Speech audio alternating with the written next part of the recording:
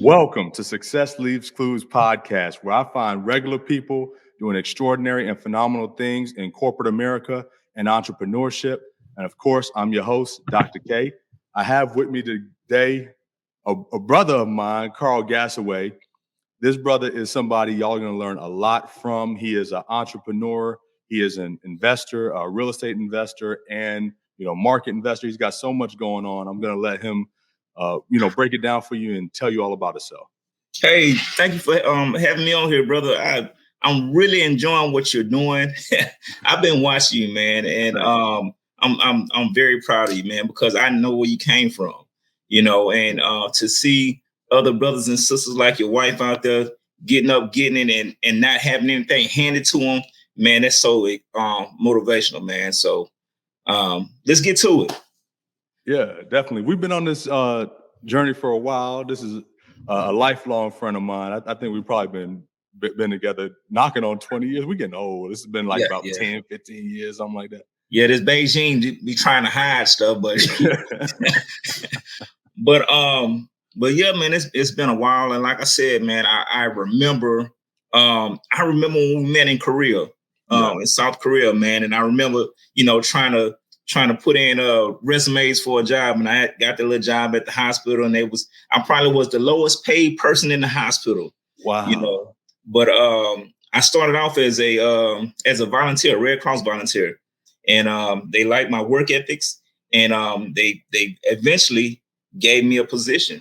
So I was really, really excited about that position or whatever, but it was just putting me in position to do something bigger. That's how I met you. That's how I met your wife and everything in South Korea. So since then it's just been all about growth and self-development. Pause right there for a minute, because you just hit on something that I don't think a lot of people really focus on when they're in their current situation. Right. So first of all, I knew you worked at the hospital. I thought you ran the hospital. The way you ran around there, you knew everybody. You was networked with the highest level executives in the hospital. You knew everybody from the janitor to, like I say, the executive, right? And nobody would ever know that you weren't in a higher position, because I didn't know until you just mentioned it right now. Right. So how do you keep a mentality like that even when you're in a position that you're better than? I learned a long time ago about posture. You can be, like I said, you can be the brokest person at the job, but no one ever know. Only thing people know is what you tell them. Yeah. So if you present yourself as something, as what you see yourself as, then you will attract those type of people. And that has always been to attract people that I would like to exchange bank accounts with. So I always tried to carry myself, no matter if I was making minimum wage or the top pay of the job. I always wanted to carry myself in a respectful way where, but as far as the janitor, and I always try to respect everybody as if they ran the show, Yeah. So, but I always look at it like that too, because you honestly don't know who you're talking to. Right. So, some people might, look at somebody that they feel they are better than. Yeah. And come to find out you're talking to somebody who actually runs the company. Even be it a janitor, there are people who run janitorial services and companies who do those type of services, and they make a killing. So you're looking down on that person, but you don't really know what they have to offer and their story. Right. You never know. That janitor may know someone that can put you in position, so you want to respect that janitor, because he may not be the janitor because he needed that job. He may be a janitor because he's retired from somewhere and he just wants something to do, So I look at it like that, man. But I try to build relationships with everybody, because you never know who you approaching that can take you to that next level, or you can just be an inspiration to that person. So it's not all about just taking from people. Sometimes, just give back to some, even if it's just encouraging words. Definitely. While you was in that position and other positions like that earlier in your career, you said you knew that job was going to propel you somewhere else. And how do you keep that kind of energy, that kind of focus? Vision. I wake up every morning and ask myself, where do you see yourself in the next 5 years? And if it don't get me excited, then I need to reevaluate my goals. Just knowing that there's a lot of successful people in this world, successful because of the relationships they have built with somebody else, and I always I even teach my kids about networking. Your network is your net worth, and building relationships are very, very important. So I think about something bigger than me. My kids are my inspiration. My wife, if it wasn't for those guys, I don't think I would push as hard as I do. So I think that's what keeps me going. You always got to look at who's watching you. And for me, my kids are watching me. They watching how their daddy move, and things of that nature, Well, your kids aren't the only ones watching you, because I've been watching you for a long time. You've been a real inspiration to me. And I have a competitive nature, right? So Right. we used to play ball and everything like that. Well, I done kind of hung mine up. You still play ball. You be out there hooping. I thought you was gonna say something about dominoes, so I'm glad you did. I'll bring that up too. Well, you beat the hell out of me in dominoes, so I never forget that. And the payback is but we'll get there. I got you. But yeah, man, that's what really, above everything else, my kids, because for me, I can't tell my kids go out there and do A, B, and C if I ain't never did A, B, and C. Yeah. So like when I graduated my last time from massage therapy, I don't even practice massage therapy, but I did that because I wanted to get high honors when I graduated, so I can then tell my kids, hey, don't just graduate, do it big if you're gonna do it. So I don't teach them to major in the average, don't be average, man, be above average. Wait, so hold on. You went through and got a higher education simply so you could tell your kids that you've been through it and you can relate to what they're doing, and not only did it, but did it to the highest level. Matt, what is it? Magnum cum laude, summa cum laude, whichever one is the highest one. I graduated that. I put it on Facebook Live, so my family that couldn't be there can see it. But for the most part, I did it because of my kids, and I want them to like I said, don't just hit your goal, but exceed that that level. So that's why I did it, man. I had no intentions on rubbing people's feet down and lesson as my wife or whatever, because I got a weak stomach and some people ain't got good personal hygiene. So yeah, I know your wife's probably grateful though. I know it's paying off dividends for her. She is. She don't give me no tip or anything, but yeah, but it's all good though, man. Happy wife, happy life. So tell me about the transition, because it seems like you've been an entrepreneur forever. You've got an enormous successful business. You help, thousands of people. But before that, how did you transition from that employee into entrepreneurship? So even when I met you at the hospital, I was selling, I think, Avon or Mary Kay.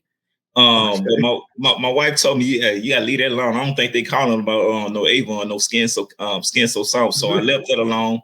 Our next duty station, we went to Fort Campbell, Kentucky. That's when I got into the travel industry with network marketing. Now, I've always been the type to say that sound like a pyramid, got involved with that. And then by just surrounding myself with a different type of people and start to read self development books, like it really changed my mindset.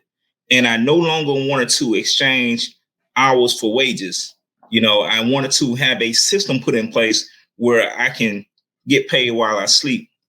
So I really got to give it up to some people I ran across in network marketing that really changed my whole mindset about how to really live instead of just go through the motions existing.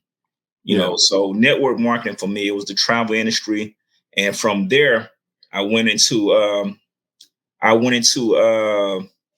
credit network marketing company. The Okay. reason why I left that company, man, is I'm big on if I bring somebody to you, treat them right. Right. And Yeah. the fact that people was coming back to me complaining about, listen, I called them, the people was gnashing me on the phone and all that stuff. It just didn't set right with me. And that's when my wife came to me and said, you need to start your own company. Wow. And ever since then, everything that I liked about that company, I tried to add into my company. Everything I didn't like, I made sure that didn't exist. So I was afraid, but Steve Harvey say, if you don't jump, you'll never know if your parachute will open. I know. So I took a leap of faith, man, and I did not know if I was going to be successful. I've never ran my own business before, but I thought of it like this: I never know if I'll be successful if I don't try. So initially, I just wanted to try, and I started off helping my family members with their credit for free, just till I got the hang of it. And then I started reading up on credit repair, and before you know it, I got real good. I think I got real good. And to the point where I no longer wanted to do it for free because people was coming, some family members was coming to me like, hey, fix mine. You know how family do. Yeah. So all the businesses you've had have really helped people. It's really they've been service industry things that really give back to people and have impacted their lives, but probably not a whole lot more than this business right now, your House of Diamonds. So the credit consulting is truly changing people's lives. Like Right. it allowing people to get into a home, allowing people to get credit cards with better interest rates, allowing people to get into a vehicle. And then you even have ways of turning that credit into investments and things like that, like you do personally. Right. And it started off, I'm gonna be transparent as possible. Yeah. It started off about being excited about getting paid, and to the point where people would send me messages and they will be so emotional about finally getting approved for their first brand new car. It's always been a used car, a lemon or something, but finally getting approved for their first car, or having their own home where you don't have to have a slumlord. Wow. Your kids are no longer sharing rooms and stuff. Everybody got their own room. You got a backyard where you can get the dog in a backyard fenced up, all that good stuff, man. Like I think that was the transition point for me where it wasn't just about the money no more. It was really about helping people change their whole life. And from that point, man, I vowed to, hey, it's all about educating these clients or whatever. So to this day, Kev, I still educate myself on credit because it's always more stuff out there that you can learn about credit. I didn't know it was so much to know about credit, man. Yeah.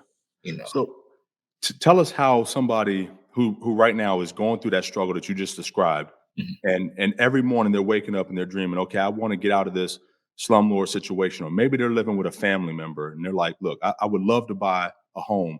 What would you direct them to do first after, obviously contacting you and Right. and getting a consultation, but what's something that they could start with? Okay, so the first thing I would say is change your mindset. I've been doing this credit business for a while, and what I've noticed, there are very few people that come to me with the right mindset. A lot of times people want a quick fix. It's not about that quick fix. Like, you got to understand how you got in this situation and how we're going to get you out of the situation and keep you out of the situation. And the second thing is you got to be willing to invest in your future. Like, if you see yourself, if you on your dream board, you see this 5-bedroom for your family and all this stuff, you have to be willing to invest, because if you can't afford credit repair, you can't afford that 5-bedroom. Ooh. Okay. So you got to make sure your mindset line up with those goals, and you got to be realistic. So you're seeing credit repair as an investment in you personally. Yes, it is, because credit is basically credibility. Credit is your buying power. If you want to be able to use other people's monies to fund your business, to fund your lifestyle, you have to make sure you are credible. If on your credit report all you have is late payments, collections, that's like a financial report card similar to it. Because now they're saying that your payment history is not that good. So in order to correct that, you have to be willing to pay somebody, hire somebody to not only delete negative items from you, but you need to be going on a educational journey, and if you're not willing to do that, if you're not willing to make that investment in your future, then you might as well forget about your goals. Wow. So you brought something up that just caught me. So Okay. I was thinking about the investment that you're talking about, investing in yourself for credit repair, Right. as the monetary amount, right? So if I got to pay for a credit service and it's X amount of dollars and I'm paying that either a lump sum or monthly, then a lot of people hesitate towards making that investment in themselves. Right. But what I just caught is that you got to make the educational investment into yourself as well. You got to be willing to learn how to kind of reverse the bad things you've been taught or the bad habits you've had that got you into that situation. So that's what you're also talking about, the educational investment. I've had so many people argue me down about a credit card. I don't want no credit card. I don't believe in a credit card. And I always say a credit card is like a gun. Okay. It's only dangerous depending on who hand is in. You can use that same credit card and start building and establishing credit. Like I always refer some clients to Self. It's a credit card company. Basically, they don't run a credit check or anything like that. Okay. But with Self, you make a small investment and you make investment for about 2 years. After those 2 years up, you will get all your money back and you have 2 years of established credit. Wow. Okay. There's several credit card companies I send clients to that does that.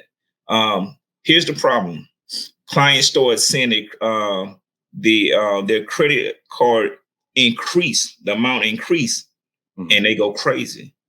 So you got to have that discipline and you got to be locked in, because just because you've never had a $500 credit card and now you got a $500 credit card, now you're in Victoria's Secret and you buying up all the panties, the underwear and everything. You gotta have that discipline. Get you a few pair of underwear out of Victoria's Secret or whatever you shopping for, and then make sure you pay it off. I talk to clients all the time about understanding the due date and the statement date. You don't want to have your card maxed out on the statement date, because that's the date that the the creditor will report to the credit bureaus. Wait, back up. All right. Explain that again. There's two. Okay. So you have the due date, the date that your bill is due. Okay. And you have the statement date. So you want to make sure on the statement date that your card is not maxed out, because that's going to be reported to the credit bureau. So on your bill, when you see the statement date, you want to make sure by the time that statement date hits, your limit on your card is very low. You don't owe a lot. All right. So then that's the actual item or the data that's going to get reported. Yes. Okay. On the statement date. All right. So should you be paying it twice, or do you still pay it one time, but just before that statement date? Right. So whether you pay it one time or two times, you just want to make sure on that date that that limit is not maxed out, not over 30%. Like, you want to have it as low as possible on that date. Okay. And so you talked about, like, somebody has a credit card, they're starting to establish credit. Now they're getting higher limits, and they might go into whatever retail store, Victoria's Secrets or something. Right. So what is the proper way that they should be utilizing a credit card? Everybody's situation is different, depending on how much income you got coming in. So, for example, if I have a $200 card, whether it's Hibbits or whatever, Champs, whatever, I know I get paid on what date I get paid. So if I don't get paid until after the statement date, I should not be maxing out this card or putting too much money on this card. Okay. By the statement date, you want to have a low limit. So if I want to get a pair of shoes, get those pair of shoes or whatever, and pay that card off. That way you can keep that limit low. All right. And then that's all about, again, like you said, it comes back to the discipline, because you're going to see, you might see, just for the sake of an easy example, you might have $1,000. Right. Right. And then you, instead of spending all of that $1,000, maybe you say, okay, I'm going to spend $300-400, and I'm going to pretend like this remaining $600-700 doesn't exist. Yeah, I've seen people do that and pay the bare minimum every single month, and wonder why their score is dropping. You done maxed out your card, and the only thing keeping you in the game is at least you're making your minimum payments. So now you're not getting no late payments. Okay. But at the same time, your score is dropping because you done went over that 30% availability. So you don't want to get carried away with it. So what's the 30% you're talking about? So, for example, if you got a $200 limit on your credit card, you don't want to go over 30% of that. Okay. If you go over 30% of that, then you'll get you might get an email saying, I know for self, it'll send you an email if you 30% over, 50% over. They're basically saying, hey, this is a red flag for us. Like you're high risk. So they want you to always stay under 30%. Right. Okay. All right. Wow. Learning a lot, man. So check this out, Kim. So I always have to explain this to clients. A lot of times clients say, well, my friend told me about this card, so I'm just going to get on this card. You want to be careful about opening up too many new accounts. Yeah. Keep in mind that these new accounts go against your average age credit. So if I have a client and they have too many new accounts, first thing I ask them is, hey, do you have a grandparent or a parent that's had a credit card and they've been paying on this credit card for a long period of time with no late payments? It's better for them to be added as an authorized user on that card. Because, for example, if my mother had a card for 20 years and she has a $50,000 limit on there, well, by me being added as an authorized user on her card, now it's showing that I have $50,000 available to me on my credit report. So you're leveraging the report and the credit they have. Exactly. And now it's going to show on my credit report that I've been with this, that I have an average of 20 years also. And so how long does it take for something like that to take effect? I've seen it take effect in 60 days, 45 days. It just depends. A lot of stuff has changed since COVID hit. So how do I explain something like that to a parent or a grandparent or somebody who has that established credit? Because I know my number one concern would be, you're not about to mess my credit up, or you're not about to spend up my card. So how do they go about? Just let them know that you're just being added on as an authorized user. They can set limitations on there. Like, for example, you don't have to have access to a card. You're just an authorized user. Okay. So it basically, you're just using it for credit purposes. You don't want to use their card. You don't want to go shopping. You're just using it to help you boost up your credit score. Okay. All right. So I would recommend being an authorized user and getting and having somebody with 10, 20 years of history on that card versus opening up a brand new account. And now you ask me, okay, why my credit dropped? You keep opening up these brand new accounts. You want your credit average history needs to be at least 10 years. Okay. And I'm getting people that have 1.5 to 3 years of average credit history. Okay. But if you're brand new or you're just now establishing, how do you get to 10 years if you've only, I'm failing the class, man. Don't worry about authorized user. It's blowing my mind, man. It's blowing my mind. And see, a lot of people don't know that though. But some people think they're helping their credit score by just opening up all these brand new accounts. No, you're hurting it. So you're not only getting the credit and the good payment history. You're also getting the age of that account. The age also. Yes, sir. All right. Yes, sir. So when I posted on, and it went viral, when I posted on TikTok about it was a guy from Earned. What is it? Earned. I can't think of those brothers, but they do a podcast. Yes. Yeah. And I took their voice and I added my video to it. And it was the guy was basically saying that if I add you to my card, it's only going to be for 60 days, but you're going to pay me $650. I have 10 spots. So I have 10 people paying me $650 every 60 days.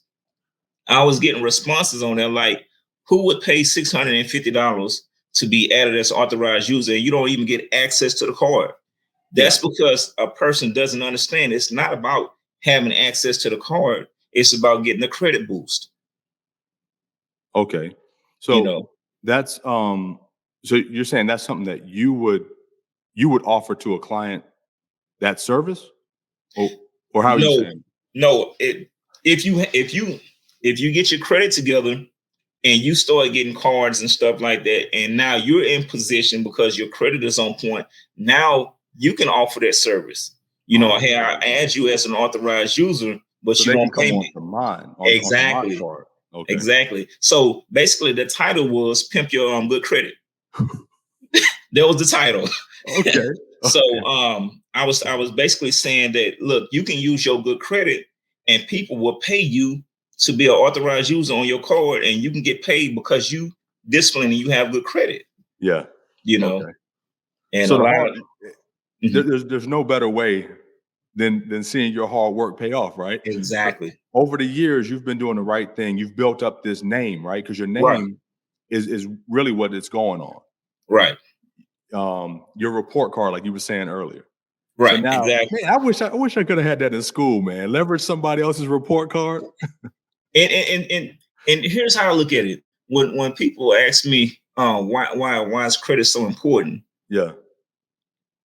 If you're gonna buy a house and you don't have $300, $400, $500,000 in your account, but that's how much that house costs. Okay. Why not use other people's money, credit, to get that house? That's all it is. Credit is only thing credit is other people's money. You have the credibility to go borrow this money. You're going to make those payments back, but at the same time, because of your payment history, they see that you're worthy of getting this money.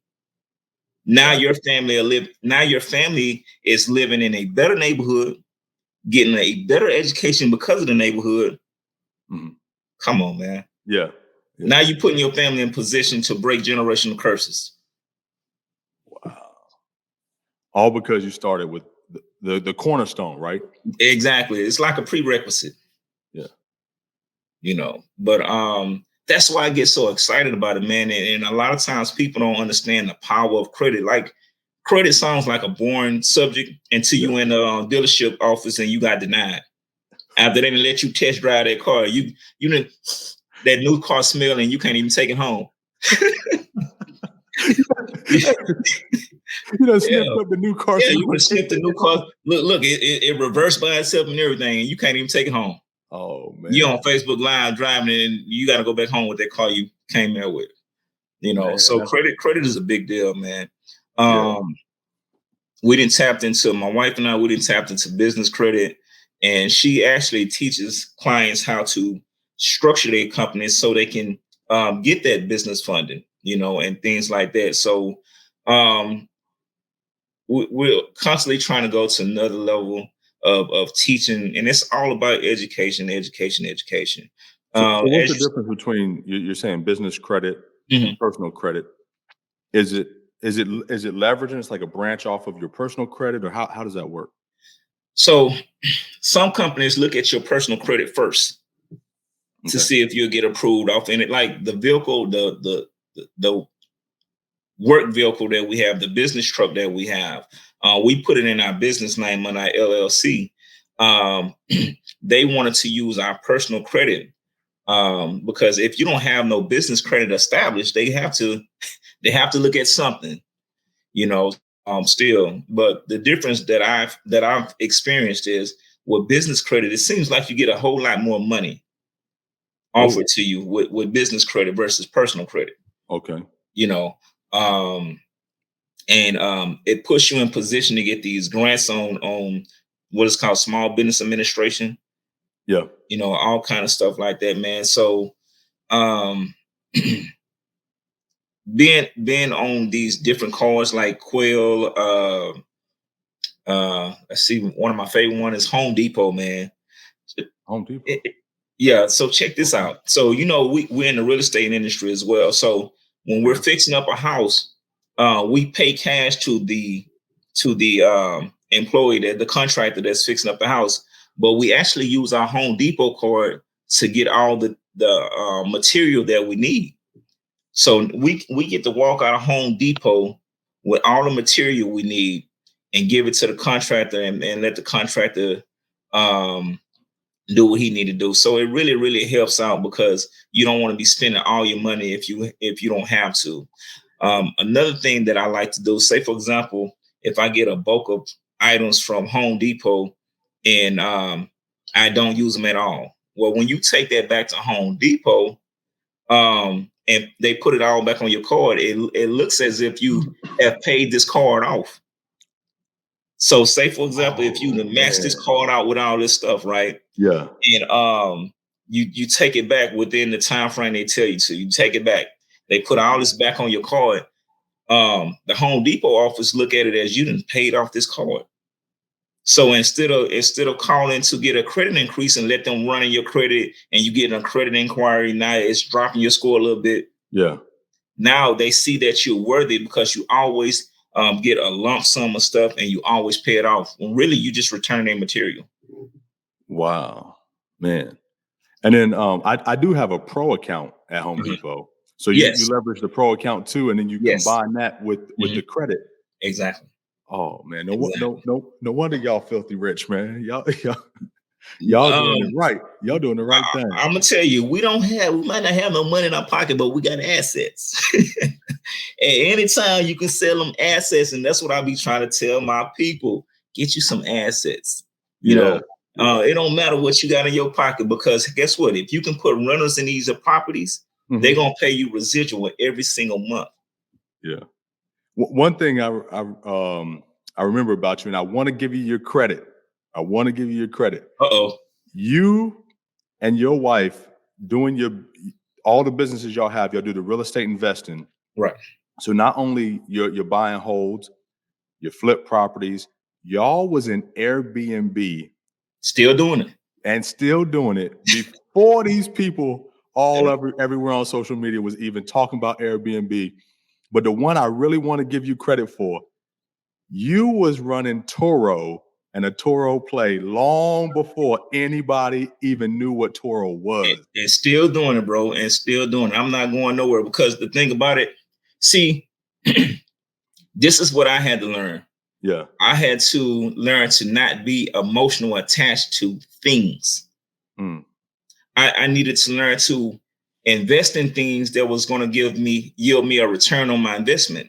So that brand new vehicle we got there, yes, I wanted to drive it myself, but at the end of the day, when I put it on Toro, not only will that client pay my monthly note, they're gonna the next client is gonna put money in my pocket, and the next client gonna put money in my pocket. So every single month, this vehicle is making me money as if there's another person in our household with a job. And see, for me, that was powerful, man. Wait, that's powerful. Like it's another person. Like it's another adult up in here bringing in income. Exactly. I think we all could use another person in our household. I know. As far as the income, I don't want nobody in my house. And the thing about it is, in this day and age, we don't have no excuses.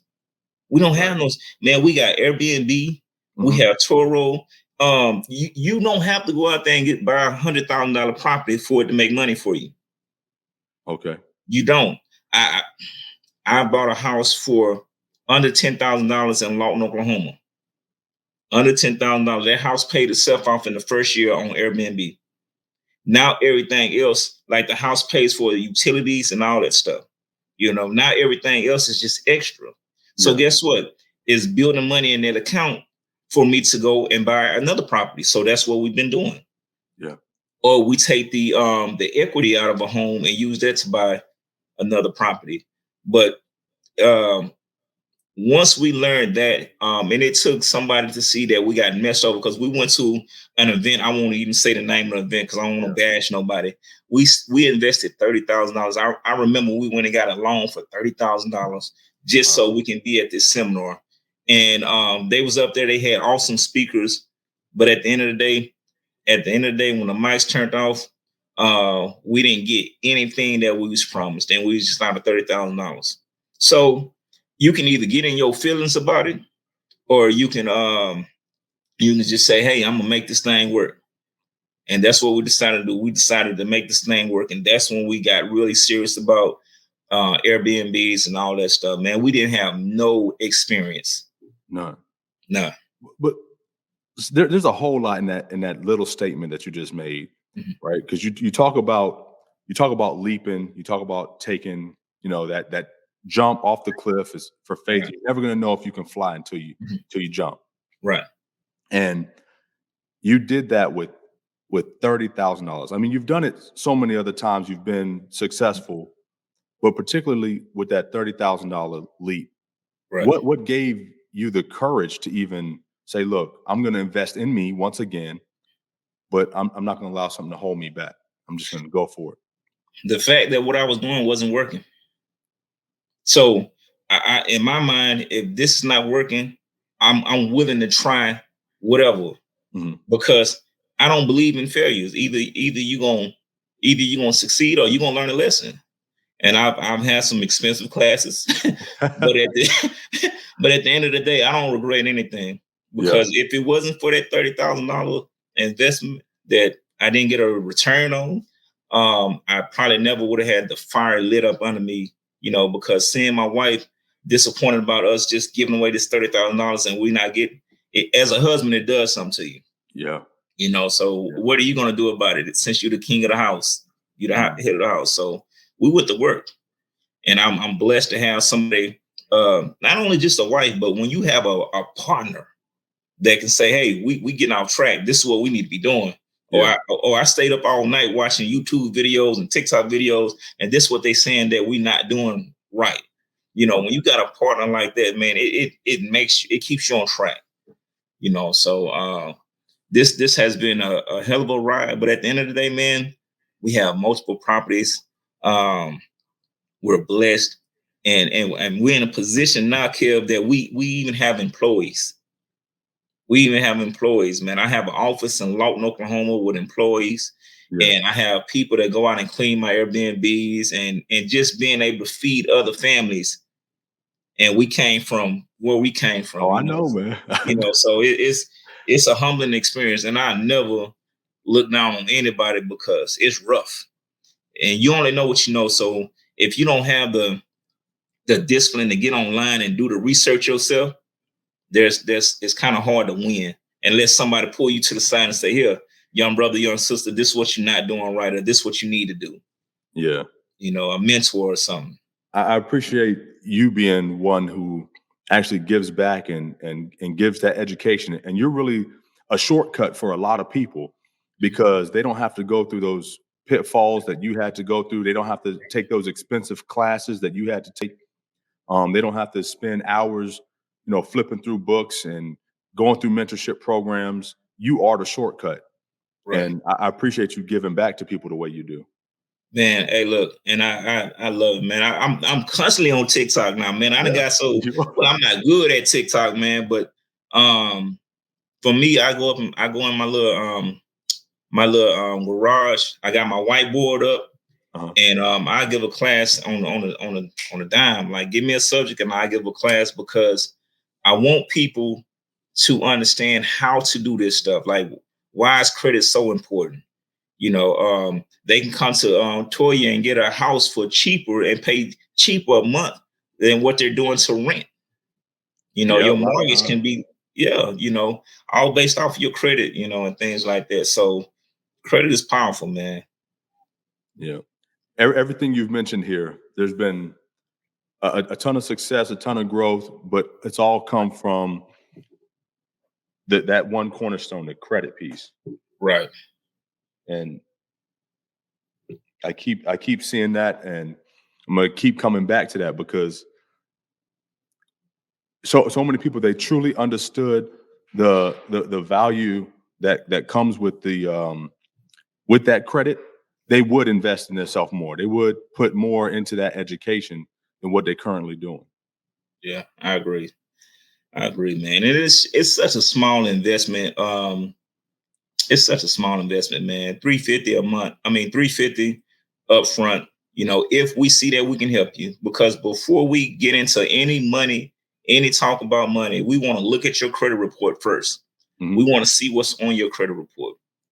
And if we see that we can help you, we'll tell you. If we see we can't help you, we'll tell you, you know, because at the end of the day, the last thing I need is somebody running around here bashing me because I done took their money and I couldn't help them. You know, and I think that's one of the reasons why we've been so successful, because of word of mouth advertisement. You know, I don't do a lot of marketing. I need to hire somebody for marketing. So if you know anybody, you know, but other than that, man, that's about it, man. Yeah, and just like you talk about credit, your name is solid, your name is golden, and the things you're mentioning right now is that you're actually going to take the time to consult with somebody, Right. look at For their free. profile for free, For and free. see, can you help them first? And if you Yeah. can help them, then you're going to create the roadmap and the guidance that they're going to need so that they can use that one cornerstone to Right. get to all the other things that they're putting on their vision board. I know a lot of people who are posting up pictures. They might have on their cell phone, they got a picture of a Ferrari or Lamborghini or Right. something like that, but they're not doing the things necessary to get what it is that they got their eyes set on. Right. And the credit piece you keep mentioning is that one block that's going to get them started. Yeah. Yeah. At the bare minimum, man, if a client decide not to go through with me, they keep the credit analysis, the game plan, the map that you was talking about. They keep that and they can work on it themselves. I even have a do-it-yourself kit. Okay. You know, so if the price is too steep for you, you know, whatever, time's rough, you know, hey, you get this do-it-yourself kit. So I've thought about all kind of ways that I can help a person, man. And everybody don't like trying to do it themselves. Everybody don't have that discipline. So there's a lot of people out there that say, hey, I just want you to do it for me. It's yours, you know. Yeah. But Well, you're amazing, man. Like I said, you've always been an brother, you inspiration to amazing. me. I ain't finna, you amazing. You know, and that's why we've had a solid relationship so long, man, because you and your wife, and I'm seeing what your daughter doing also. Yeah. You know, and I love what you guys are doing, man. Kev, keep going with this podcast, brother. You man, I can say so many awesome things about you, bro. And Toya opening up her own brokerage company and things like that, man. You guys are more than what you probably think you are, man. So a lot of people are watching you and stuff, and Bridget will be reaching out to you guys also. Okay. All right. You know, so we're thinking about getting a place somewhere in Virginia area. Okay. You know, so we'll talk about that later. All right. All right. Well, let's do it. Success Leaves Clues podcast. I like to point out a few clues, right? Help the guests out just a little bit. And I'm quite sure everybody that's listening to the audio version of the episode or watching it on YouTube, they're going to pick up their own clues. But some of the things that I've noticed that have really helped you be successful is you always had vision. No matter what position you was in, whether you're in the middle, the bottom, you're at the top, you're excelling, you always had a vision, not only for yourself, your family, and then also for your business. You've been willing to, number two, invest in yourself. Right. And that's not only education, but financially. You talked about it even with the credit. People have to be willing to take just a small monetary amount and invest that in themselves if they want to continue to grow and continue to be successful. And number three, just your grit, man. You're not going to stop. You don't let any roadblocks come up against you. I didn't even mention to everybody that you're also an actor. You've been in movies. I don't even want to. We'll save that for another one, man. But you've done so much, man. I'm just blown away, and like I said, I just really admire it. But everybody's going to take a lot away from this episode, and I hope they get in contact with you because you have just, so much education, so much knowledge that you can offer to people. Anybody that contacts me and they watched this podcast, please reference Dr. Kevin Washington, because if it wasn't for him, a lot of us wouldn't get this exposure that we're getting. And again, I have to applaud this brother. He's doing some amazing things, bro. I love you. Keep moving like you're doing. Thank you very much. And as always, if you dream it, you can achieve it. Until next time on Success Leaves Clues podcast.